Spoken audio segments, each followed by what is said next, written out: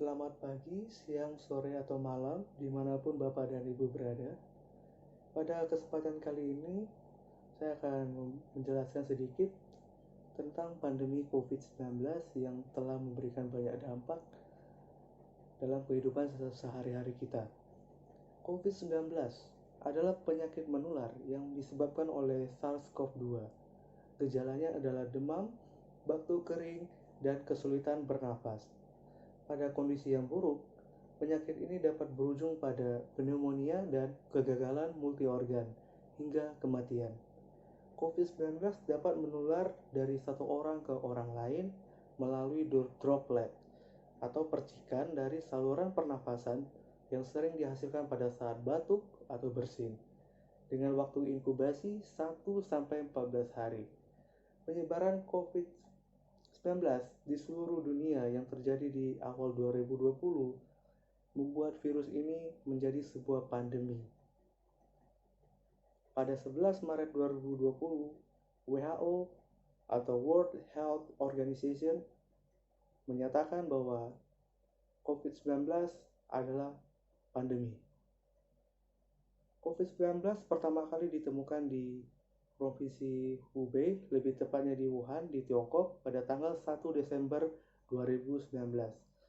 Hingga 26 Oktober 2020, kasus positif COVID-19 di seluruh dunia mencapai 43.464.868 kasus dengan 1.160.636 orang meninggal dunia dengan 31.959.804 orang sembuh. Hingga saat ini, belum ada vaksin definitif untuk menghilangkan COVID-19. Namun, ada beberapa organisasi yang sedang mengembangkan vaksin untuk ini dan sudah mencapai fase 3.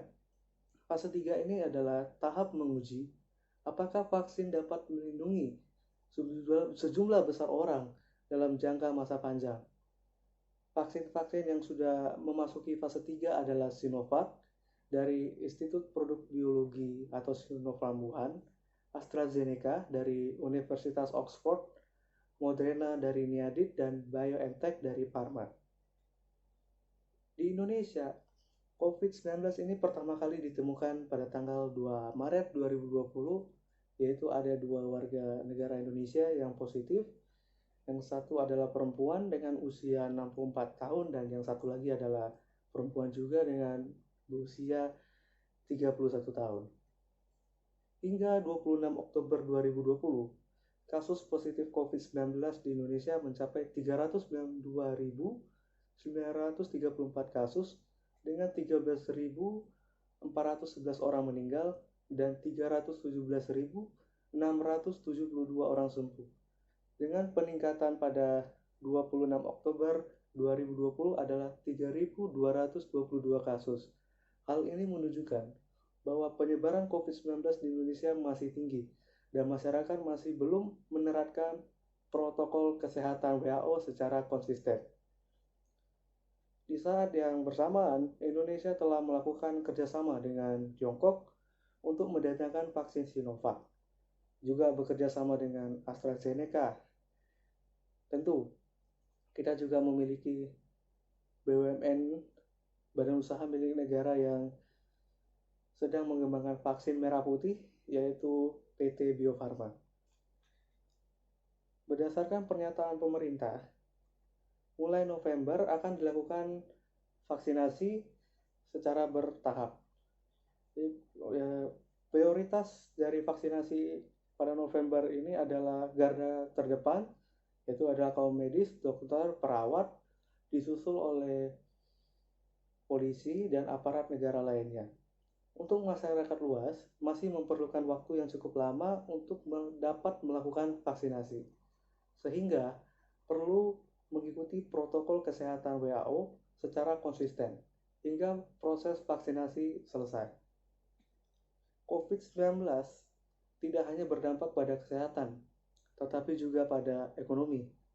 Pemerintah melakukan kebijakan PSBB atau pembatasan sosial berskala besar, PSBM, pembatasan sosial berskala mandiri, dan PSBB transisi. Kebijakan-kebijakan tersebut membuat aktivitas masyarakat dibatasi.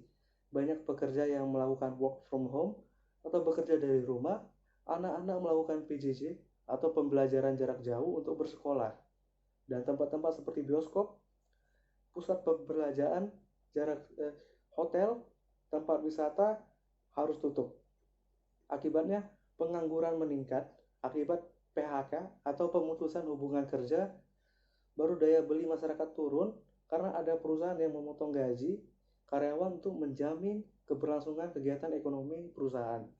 Ini semua menyulitkan masyarakat dari segala aspek. Namun, pemerintah tidak tinggal diam.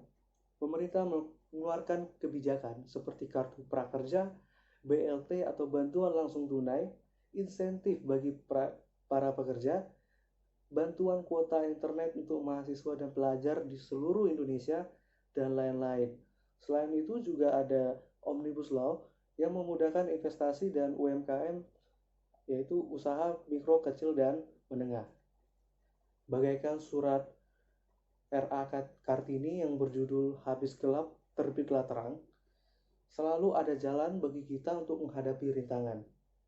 COVID-19 memberikan pukulan keras bagi kita, hingga ekonomi kita mengalami resesi dan lain-lain. Tetapi juga membuka peluang baru, seperti munculnya usaha-usaha baru yang berbasis daring. Selain itu, kita juga memiliki waktu lebih banyak bersama keluarga. Kita pasti bisa bangkit. Pandemi pasti berlalu. Yang kita perlukan adalah semangat baru untuk menjalani kebiasaan baru di kehidupan yang baru demi mencapai Indonesia maju. Sekian dari saya. Terima kasih.